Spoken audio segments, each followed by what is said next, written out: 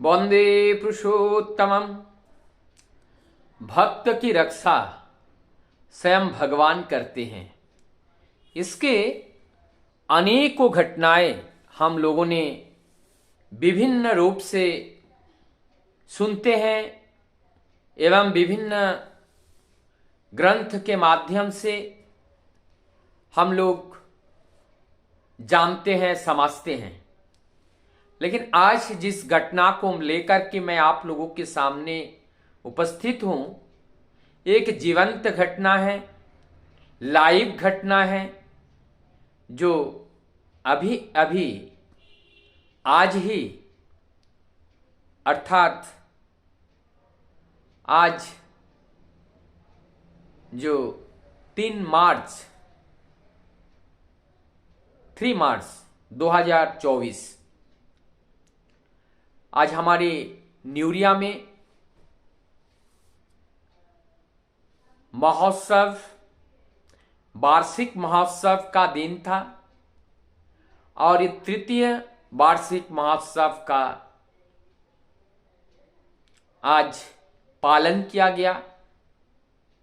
आज इस उत्सव में विभिन्न तरह से परम दयाल की वो दया एवं ये प्रकृति ही स्वयं मालिक, प्रकृति का नियंता है, उसी का जीता जगता उदाहरण आज सभी लोगों ने इस उत्सव में देखा। आज का दिन या आज से पहले 2 मार्च से लेकर आज 3 मार्च दोनों दिन प्रकृति का जो आडंबर था वो बहुत ही भयंकर रूप था। नेट पे 70, 80, 90, 97, 100% बारिश आज 3 मार्च को सुबह से दिखा रहा था। रात भर बारिश भी हुई, बूंदाबांदी निरंतर होती रही। सभी लोगों में निराशा, हताशा भरा हुआ था। 2 तारीख के शाम को कुछ लोगों ने सब इकट्ठे बैठे, सहकर्मी लोग, और वहां पर बैठ करके चर्चाएं होने लगी कि किस तरह से ये 3 मार्च का जो कार्यक्रम है इसको सफल बनाया जाएगा। कुछ लोगों का प्रस्ताव वहां पे आया, क्यों ना आज की इस प्राकृतिक कंडीशन को देखते हुए इसको पोस्टपोन किया जाए। वहां पर कुछ बातें मैंने भी रखने का प्रयास किया।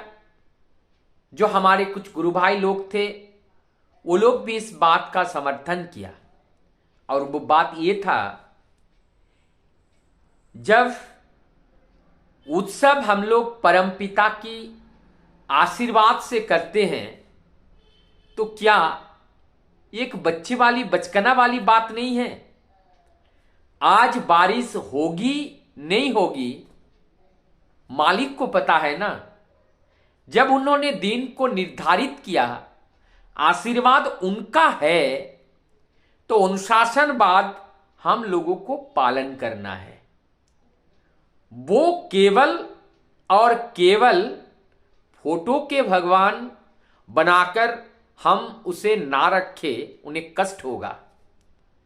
हमें उन्हें जीवंत, जैसे आप और हम बैठ करके बातें कर रहे हैं, परमपिता भी ठीक ऐसे ही निरंतर हम सबके साथ रहते हैं। और जब उनका आशीर्वाद हमें प्राप्त हुआ, अर्थात स्वयं वहां उपस्थित रहेंगे, तो इसका मतलब इस बारे में सोचने समझने की कोई बात नहीं है। मूर्ख की तरह उनका निर्देश है, आज उत्सव होगा तो होगा। हम लोगों का केवल चिंता इस बात की करनी है कि किस तरह से इस उत्सव में आए हुए बहिरागत जो अतिथि हैं उनका सेवा सत्कार हम कितने अच्छे से अच्छे तरीके से कर पाएं, क्योंकि इस अतिथियों का सत्कार करना ही परम पिता को खुश करना होता है। तो इस कार्य में हम नियुक्त रहेंगे।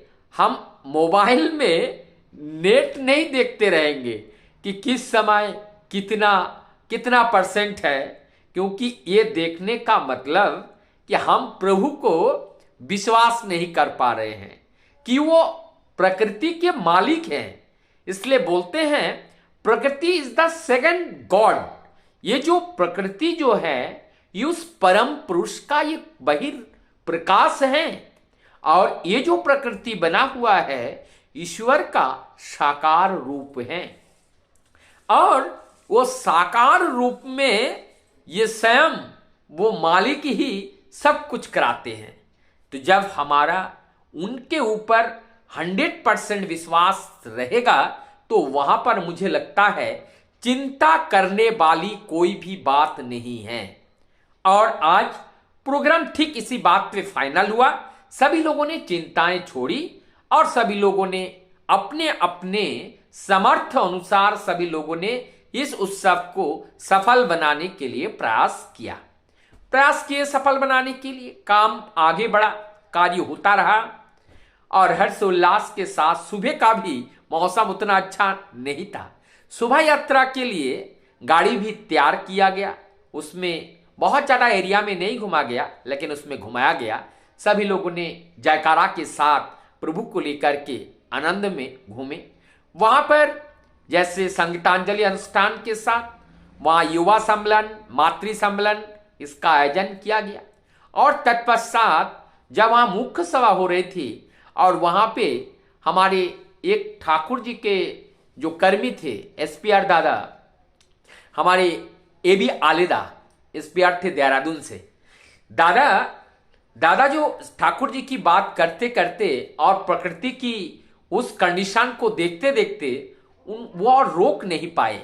उन्होंने बता दिया कि आज ये जो परिस्थितियां आप देख रहे हो ना, इतने सब कुछ होने के बावजूद भी परमपिता कितनी दयालु है और कितना करुणा है उनका कि वो हर पल नजर रख रहे हैं। और देखिए बारिश भी नहीं होने दिया और कार्यक्रम सुंदर रूप से हो रहा है। लेकिन एक बात निश्चित है, जैसे ही ये प्रोग्राम समाप्त होगा और समाप्त होते ही इस प्रकृति का जो प्रादुर्भाव है बारिश के रूप में वो देखने को मिलेगा। ठीक ऐसा ही हुआ कि जैसा ही साधारण सभा का समापन घोषणा की गई, ध्वनि दिया गया और उसके तुरंत बाद बारिश होना शुरू हो गया। तो ये जो प्रकृति के में जो लीलाएं देखने को मिला, ये परम पिता की लीला है। और इस परम पिता की जो लीला है ये निरंतर इस धरती के ऊपर निरंतर चलता रहता है। किसी ना किसी रूप में जब भक्त संकट में पड़ते हैं तो वो संकट मोचन बन करके वो भक्त के पास आकर खड़ा हो जाता है। लेकिन केवल और केवल जरूरत है उस लेकिन बेकिन को हटा करके संपूर्ण रूप से उनको विश्वास करना। जब हम प्रभु को विश्वास करते हैं, उनके ऊपर निर्भर करते हैं, तो निश्चित रूप से वो हमें निर्भय बनाते हैं और हमारे फंसा हुआ जो नैया है उस नैया को पार लगाने में हर संभव वो प्रयास नहीं, वो संपूर्ण रूप से सहयोग करके उन मोर्चे को ठीक ठिकाने पर लगा देते हैं। इसीलिए जरूरत है केवल मालिक के प्रति भरोसा करना और ऐसे ही निरंतर प्रभु का जो लीला इस धरती पर चल रहा है और केवल जरूरत है उसका इस आनंद, इस अमृतपम लीला का उपभोग करने के लिए वहां आगे बढ़कर आना। ठीक एक अंधे की तरह उनके निर्देश को पालन करने के लिए उतावला होकर के सक्रिय रूप से, निश्चित रूप से और एक प्राण होकर, एक जिज्ञासु होकर, तदगत होकर और उनके संवेग से हम जब चलते हैं निश्चित रूप से हम अपने जीवन में सफल होते हैं। वंदे